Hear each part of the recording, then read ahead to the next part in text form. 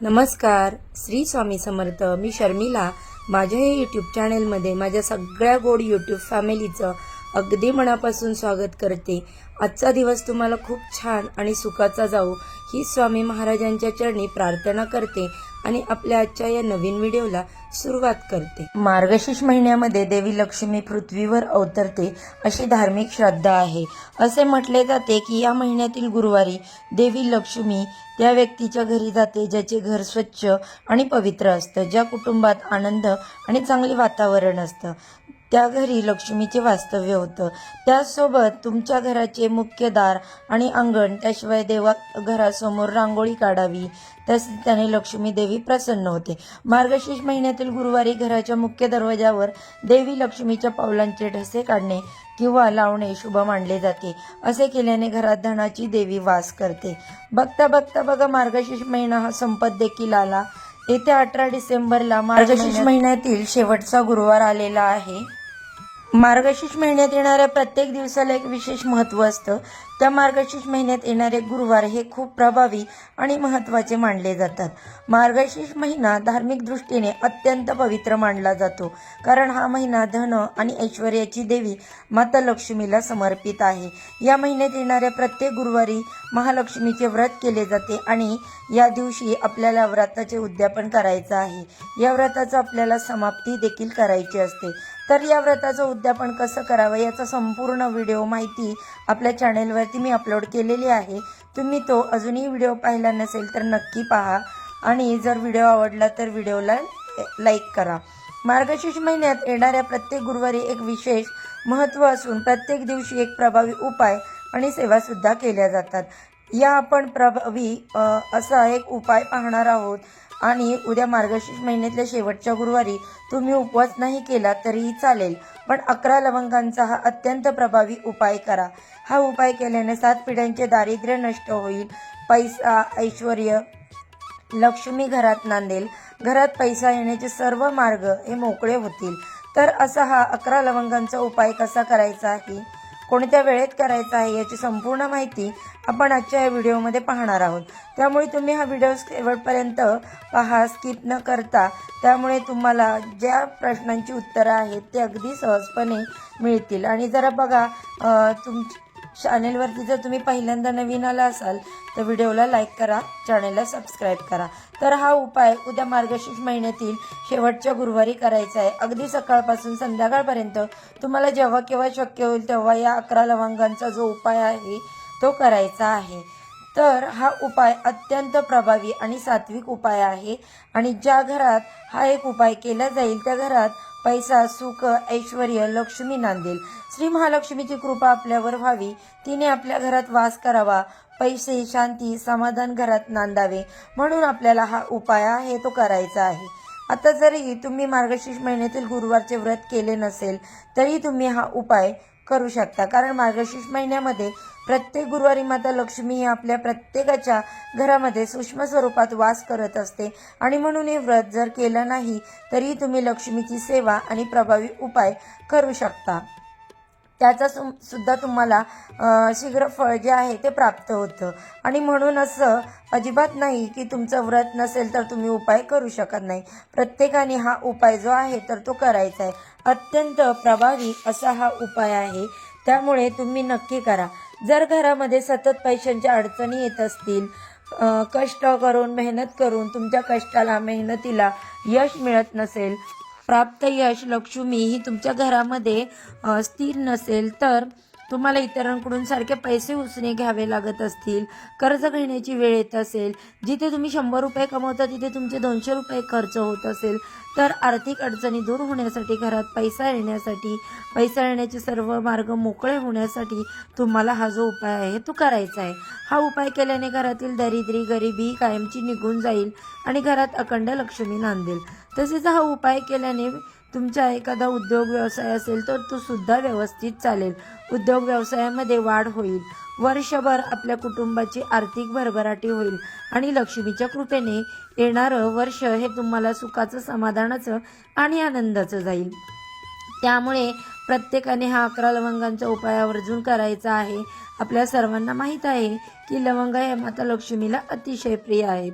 आणि जेव्हा आपण लवंगासंबंधित काही उपाय करतो तर ते खूप प्रभावी ठरत असतात. उपाय करण्यासाठी तुम्हाला उद्या सकाळी म्हणजेच गुरुवारी सकाळी लवकर उठायचं आहे, स्वच्छ स्नान करायचं आहे. स्नान करताना अंघोळीच्या पाण्यामध्ये चिमूटभर हळद घालून स्नान करायचं आहे. त्यामुळे आपले शरीर आणि मनसुद्धा शुद्ध होते, तसेच आत्मा देखील शुद्ध होतो, पवित्र होतो. सोबतच आपल्या कुंडलीतील गुरुग्रह देखील मजबूत होतो. त्यानंतर तुम्हाला विधिवत तुमच्या देवघरातील देवांची पूजा करून घ्यायची आहे. जर तुम्ही पूजा मांडणी सकाळी करणार असेल तर तुम्ही सकाळी देखील करू शकता. सकाळी करणार नसेल तर संध्याकाळी तुम्ही व्रताची पूजा मांडणी केली तरीसुद्धा चालेल. या दिवशी तुम्हाला चुकूनही केस धुवायचे नाही, तसेच घराची फरशी देखील तुम्हाला पुसायची नाही. आदल्या दिवशी म्हणजे बुधवारीच तुम्हाला केस धुवायचे आहे आणि घराची फरशी देखील पुसायची आहे. त्यामुळे बघा, गुरुवारी ही दोन्ही कामे जी आहेत ती तुम्हाला करायची नाहीत. आणि त्यानंतर सकाळी तुमची देवपूजा करून झाल्यानंतर लगेच तुम्हाला हा उपाय करायचा आहे. जर तुम्ही मार्गशीर्ष महिन्यातील गुरुवारचं व्रत केलं असेल तर तुमची पूजा मांडणी करून झाल्यावर तुम्ही हा उपाय करायचा आहे. आणि जर तुम्ही गुरुवारचे व्रत केले नसेल तर तुम्ही देवघरामध्ये माता लक्ष्मीचा फोटो असेल, मूर्ती असेल तर त्यांच्यासमोर तुम्ही हा उपाय जो आहे तो करू शकता. उपाय करण्यासाठी तुम्हाला 11 फुलांच्या लवंगा घ्यायच्या आहेत, अखंड लवंगा घ्यायच्या आहेत. लवंग घेताना ती कुठेही तुटलेली फुटलेली नसावी. तर बघा, 11 अखंड लवंगा घ्यायच्या. त्यानंतर तुम्हाला 1 रुपयाची 11 नाणी घ्यायची किंवा 2 रुपयांची, 5 रुपयांची घेतली तरी चालेल, परंतु शक्य असेल तर 1 रुपयांची 11 नाणी घ्यायची. आणि हे 1 रुपयांची 11 नाणी आणि 11 लवंगा तुम्हाला एका प्लेटमध्ये ठेवायच्या. देवघरासमोर बसायचं आहे आणि सर्वप्रथम देवघरामध्ये तुम्हाला दिवा प्रज्वलित करून घ्यायचा, कारण आपण जो काही उपाय करतो किंवा सेवा करतो तर ते अग्नीच्या साह्याने केली जाते आणि तो उपाय किंवा ती सेवा देवापर्यंत पोहोचवण्याचं काम दिवा करत असतो. म्हणून सर्वप्रथम दिवा प्रज्वलित करून धूप दीप अगरबत्ती लावायची. त्यानंतर आसन घेऊन आसनावरती तुम्हाला देवासमोर बसायचं आहे. स्वच्छ हातपाय धुवून घ्यायचे आणि त्यानंतर या उपायाला तुम्हाला सुरुवात करायची आहे. उपाय करण्यासाठी तुम्हाला 1 लवंग, 1 रुपयाचं 1 नाणं हातामध्ये घ्यायचं आणि तुम्हाला एक मंत्र सांगत आहे, तो मंत्र म्हणायचा आहे. तर तो मंत्र असा आहे, ओम श्रीम नमः. हा मंत्र तुम्हाला म्हणायचा आहे आणि त्यानंतर ही लवंग आणि 1 रुपयाचं नाणं माता लक्ष्मीच्या फोटोसमोर अर्पण करायचं. पुन्हा दुसरी लवंग, दुसरं नाणं उचलायचं, ओम श्रीम नमः हा मंत्र म्हणायचा, दुसरं नाणं देखील अर्पण करायचं. अशा पद्धतीने तुम्हाला 11 वेळा हा मंत्र म्हणून 11 लवंग आणि 11 नाणी जी आहेत तर ती लक्ष्मीसमोर अर्पण करायची आहे. आता लक्ष्मीला लवंग जितक्या प्रिय आहेत तितकेच नाणे देखील प्रिय आहे.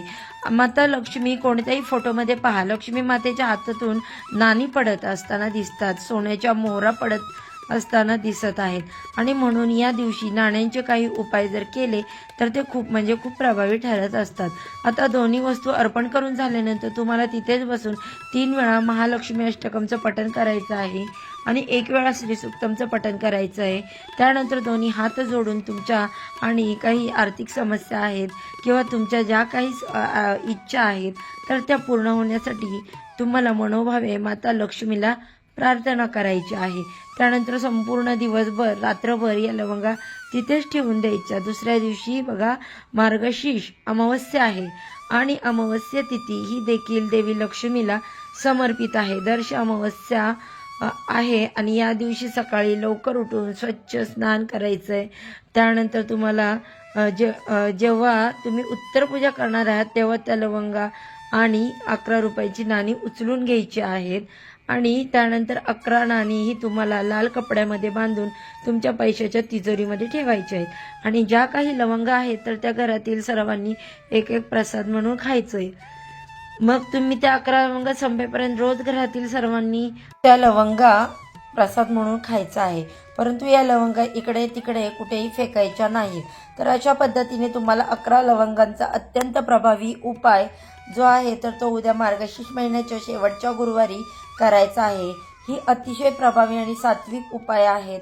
हा उपाय केल्याने लक्ष्मी नक्कीच प्रसन्न होते व पैसा सुख ऐश्वर्य तुमच्या घरात नांदते आणि घरातील 7 पिढ्यांचे दारिद्र्य नष्ट होईल. त्याचबरोबर या दिवशी देवी लक्ष्मीचा सिंहासनाला आंब्याचा किंवा आवळ्यांच्या पानांनी सजवावे आणि कलशाची स्थापना केल्यानंतर लक्ष्मीसह भगवान विष्णूंची पूजा करावी। हा उपाय केल्याने तुमच्या घरात कधीही कोणतीही गोष्टीची कमतरता भासत नाही। मार्गशीर्ष गुरुवारी गाईला गूळ, हरभरा डाळ आणि हळद खाऊ घाला। श्रीहरीचा विशेष आशीर्वाद प्राप्त होतो। एवढेच नाही तर या दिवशी गाईला तिलक लावून तिची पूजा केल्याने तुमच्या आयुष्यातील सर्व संकट दूर होतात। या दिवशी मंदिर आणि तुळशीखाली दिवादान करा, त्याने कुटुंबावर येणारे सर्व आर्थिक संकट दूर होतील। त्याचबरोबर हा मार्गशीर्ष महिन्यातील शेवटचा गुरुवार आहे आणि यंदा मार्गशीर्ष महिन्यामध्ये 4 गुरुवार आलेले आहेत। आता 4 पैकी प्रत्येक स्त्रियांचा एकतरी गुरुवार मासिक धर्मामध्ये गेलेला असेल किंवा कोणत्या ना कोणत्या तरी कारणामुळे तो गेलेला असेल, तर त्या दिवशी तुम्ही उपवास केला नाही तरी चालेल, फक्त पूजा करायची, कुणाकडून तरी घरातल्या दुसऱ्या सदस्यांकडून करून घ्यायची। त्यानंतर उद्यापन करावे का, बऱ्याच महत्त्वाचा प्रश्न असतो बघा तुमचा पहिला, दुसरा किंवा तिसरा, चौथा यापैकी कोणता तरी एखादा गुरुवार वाया गेला असेल तर चौथ्या गुरुवारी 11 डिसेंबरला तुम्हाला गुरुवारचं उद्यापन जे आहे तर ते करायचं आहे।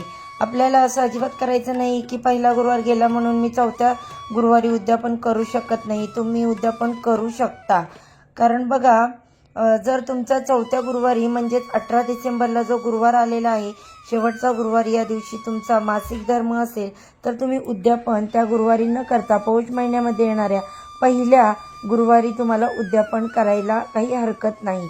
आणि जर तुमच्या घरामध्ये तुम्ही सोडून घरात एखादी स्त्री किंवा त्यांची मुलगी असेल किंवा कोणी उद्यापन करणारं असेल तर त्याच्याकडून तुम्हाला गुरुवारी पूजा वाचून घ्यायचे आणि त्या व्यक्तीकडून तुम्ही उद्यापन करून घेतलं तरी सुद्धा चालेल। म्हणून त्या पद्धतीने सुद्धा हे उद्यापन करता येते। तर हे शक्य नसेल तर मग तुम्ही पौष महिन्यात येणाऱ्या पहिल्या गुरुवारी उद्यापन हे करू शकता। तर शेवटच्या गुरुवारच्या व्रताविषयी आणि शेवटच्या गुरुवारी कोणत्या प्रभावी उपाय करावा, उद्यापन कसे करावे, अशी महत्त्वाची माहिती आज मी तुम्हाला व्हिडिओमध्ये पोहोचवलेली आहे। तर हा व्हिडिओ तुम्हाला कसा वाटला, व्हिडिओ जर आवडला तर व्हिडिओला एक लाईक नक्की करा, जास्तीत जास्त लोकांपर्यंत शेअर करा।